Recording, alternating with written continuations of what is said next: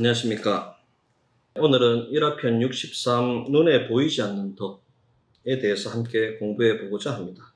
교조님 1화편 63 눈에 보이지 않는 덕. 교조님께서는 어느 때 야마나카 고이소에게 눈에 보이는 덕을 바라는가? 눈에 보이지 않는 덕을 바라는가? 어느 쪽인가? 라고 말씀하셨다. 그에 대해 고이소는 형태가 있는 물건은 잃기도 하고 도둑맞기도 하기 때문에 눈에 보이지 않는 덕을 받고자 합니다. 라고 대답했다. 아주 짧은 1화편이지만 누구나 알고 있는 유명한 말씀이죠. 눈에 보이지 않는 덕, 눈에 보이는 덕이라는 것은 무엇일까? 눈에 보이는 덕이라는 것은 우리가 흔히 얘기해 보면 물질이라고 할 수 있죠. 지금으로부터 한 500년 전적 중세시대 때 전 세계 인구가 5억 명 정도라고 듣고 있습니다. 그로부터 500년이 지난 지금 인류의 숫자는 14배가 늘었고 돈은 130배가 늘었고 물질은 240배가 늘었습니다. 돈은 중세시대 사람보다 우리가 10배나 많이 가지고 있고 물질은 20배나 많이 가지고 있습니다. 자, 그렇다면 이렇게 물질이 많은데 우리는 과연 행복할까라고 하는 부분입니다. 분명 물질이라는 것이 우리에게 행복을 가져다 준다, 기쁨을 가져다 준다라고 우리는 생각합니다만 과연 그럴까라는 부분에서 왜 눈에 보이지 않는 덕이 더 중요한가라는 부분에 대해서 오늘 여러분들과 공부를 하고 싶습니다. 저희 한국이라는 나라는 세계에서도 부유한 나라에 손꼽히는 나라가 되었습니다만 우리는 돈도 많고 물질도 많은데 왜 불행할까? 그것은 행복이 꼭 물질에만 있는 것이 아니다라고 하는 것을 말해주는 것이 아닌가라고 생각합니다. 이것을 설명하기 위해서 잠시 이런 표를 그려보았습니다. 둥그런 원이 있는데 위에는 눈에 보이는 세계, 논리로서, 머리로서 이해가 되는 세계. 밑에 반원은 눈에 보이지 않는 세계, 이해가 되지 않는 세계를 뜻합니다. 눈에 보이는 세계, 말 그대로 물질 문명이죠. 돈, 좋은 학교, 좋은 집, 좋은 차. 그렇지 않습니까? 자, 이것이 뭐죠? 우리가 말하는 행복의 조건입니다. 이것을 가지면 우리는 행복할 거야 라고 생각하고 모든 사람들이, 특히 돈이죠.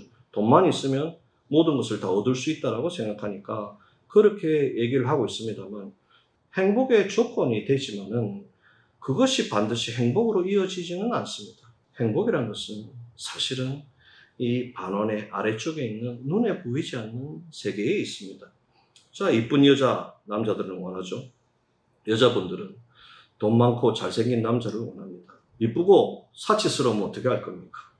마찬가지로 돈 많고 잘생긴 남자가 좋다라고 하지만 돈이 많아서 노름하고 자기 마음대로 하려면서 이런 사람이면 어떻게 하겠습니까?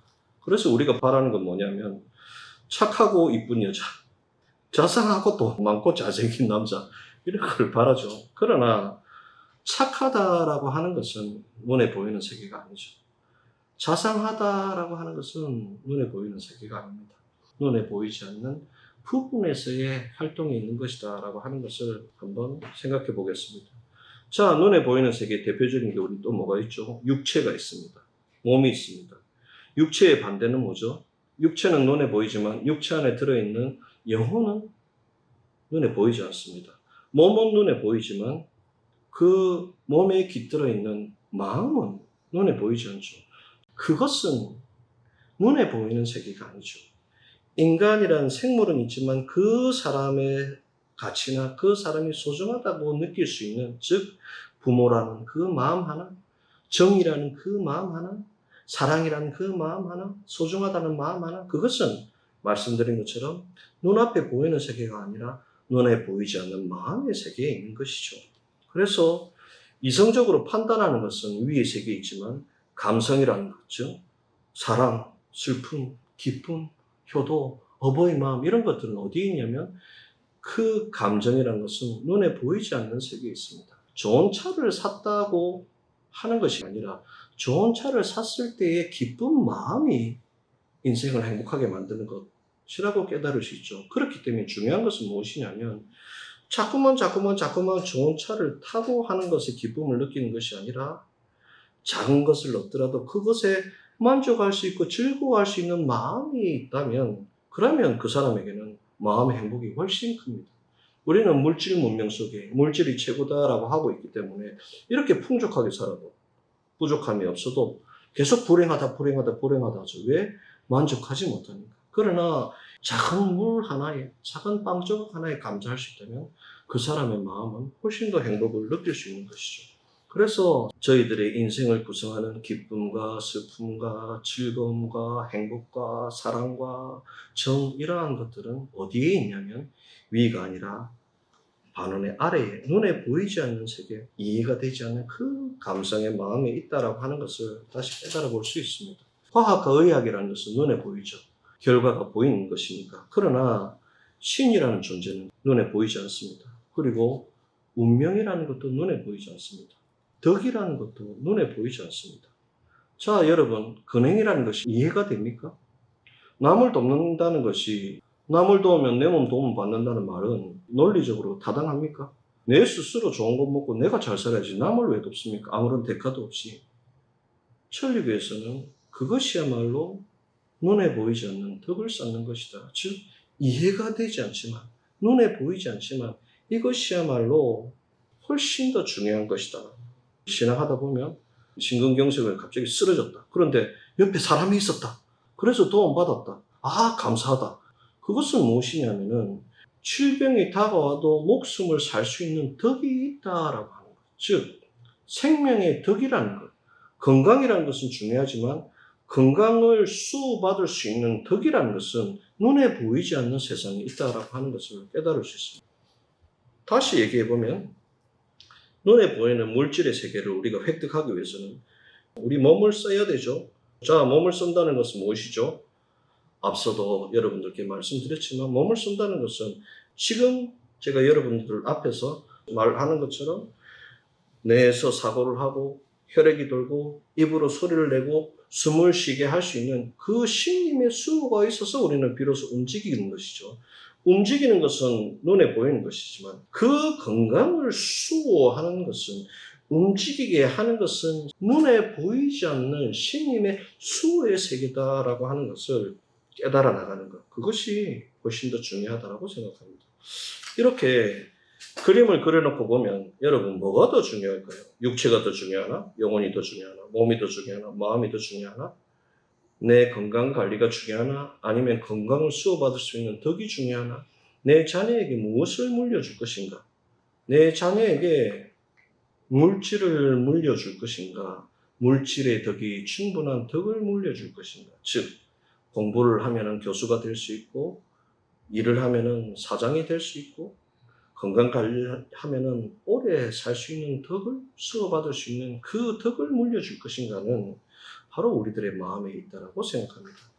위의 것들은 출직과 더불어 다 사라지는 것들입니다. 그러나 아래의 것들은 내 마음이 걸어온 길, 남을 도와왔던 길, 그 길들은 내가 출직을 해도 신님 곁에 가져가는 덕이라는 것, 영혼의 마음에 걸어온 길이라는 것을 신님께 가져간다라고 저는 생각합니다. 그래서 이렇게 해놓고 보면 눈에 보이는 이 세계는 눈에 보이지 않는 세계를 토대로 해서 이루어지고 있다. 우리는 금방 큰 나무가 되어서 과일이 열리길 바라지만 만약에 여러분 그림처럼 뿌리가 없는 나무라면 어떨까요? 뿌리가 없기 때문에 조금만 바람이 불어도 조금만 물난리가 나도 그대로 휩쓸려 가버립니다. 우리 이 시대의 사람들은 그러한 모습으로 살아가고 있다. 자, 그렇다면 무엇인가 하면 높은 나무가 되기 위해서는 먼저 깊이 뿌리가 내리지 않으면 안 된다.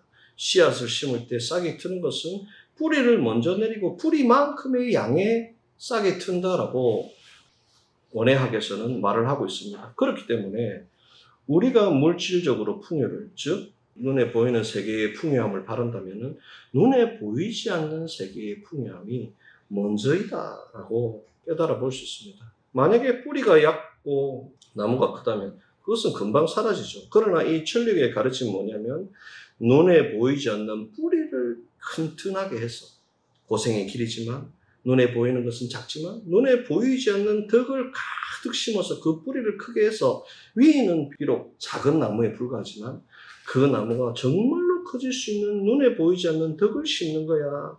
그것을 쌓아가는 거야 라고 하는 것이 저희들의 신앙이라고 할 수 있습니다. 눈에 보이지 않는 부분에 대해서 여러분 말씀을 드렸습니다만, 자 그러면 우리는 천리교를 신앙하고 있으니까 눈에 보이지 않는 덕을 원하느냐 하면 여러분 뭘 택할까요? 당연히 나는 천리교를 신앙하니까 눈에 보이지 않는 덕을 택하겠다라고 얘기하겠죠. 그러나 사실상 그것은 그렇게 쉬운 것이 아니라고 저는 생각합니다. 만약에 교주님께서 이따만한 금덩이를 여기 탁 놔두고 여기는 아무것도 없는 텅 빈 곳을 가르치면서 얘야 이 금덩이를 가져갈래? 눈에 보이지 않는 덕을 가져갈래? 하면은 여러분 몇 명이나 금덩이를 포기하고 눈에 보이지 않는 덕을 가져갈까요? 사실은 그렇게 쉬운 것이 아니라고 생각합니다. 매 순간순간 교주님이라면 눈에 보이지 않는 덕을 택한다는 것은 그만큼의 진실과 그만큼의 신앙이 없으면 좀처럼 택할 수 없는 것이다라고 생각합니다. 내 자식을 위한 일과 남의 자식을 위한 일 사이에 선택의 순간이 오죠. 내 자식이 안 귀여운 사람이 어딨겠습니까? 그 순간에 말은 쉽지만 남을 위한 것이 내 자신을 위한 것이다라는 말은 쉽지만 실제로 눈앞에서 그것을 택한다는 것은 쉬운 일이 아니라고 생각합니다. 예컨대 여러분 이런 두 개의 그릇이 있습니다. 이것은 작은 컵이고 이것은 좀 더 큰 바가지입니다. 자 여러분 물을 담아 봅니다. 어디에 많이 담을 수 있죠? 당연히 여기 많이 담을 수 있습니다. 많이 담을 수 있는 이유는 뭘까요? 텅 빈 공간이 많기 때문입니다. 즉 눈에 보이지 않는 공간이 많기 때문에 훨씬 더 많은 것을 담을 수 있습니다. 우리의 덕의 그릇이라는 것은 이런 것이 아닌가. 즉 내 마음에 내 자신을 위한, 내 가족을 위한 물질에 대한 욕심을 가득 채워간다면 이 작은 그릇에도 내 욕심으로 가득 채워서 걸어가다 보면 신님의 수호를 받을 수가 없죠. 조금만 물을 부어도 조금만 신님의 수호가 내려와도 흘러넘치지 않습니까? 그러나 내 마음을 비워서 정말로 많은 보이지 않는 덕을 쌓아간다면 이렇게 큰 그릇이 되는 것이죠. 큰 그릇이 된다는 것은 뭐죠? 무엇이든지 받아들일 수 있는, 똑같이 하늘로부터 내리는 신님의 수호를 큰 그릇으로 받느냐 작은 그릇으로 받느냐라고 하는 것은 눈에 보이지 않는 덕을 얼만큼 쌓아왔느냐라고 하는 것입니다.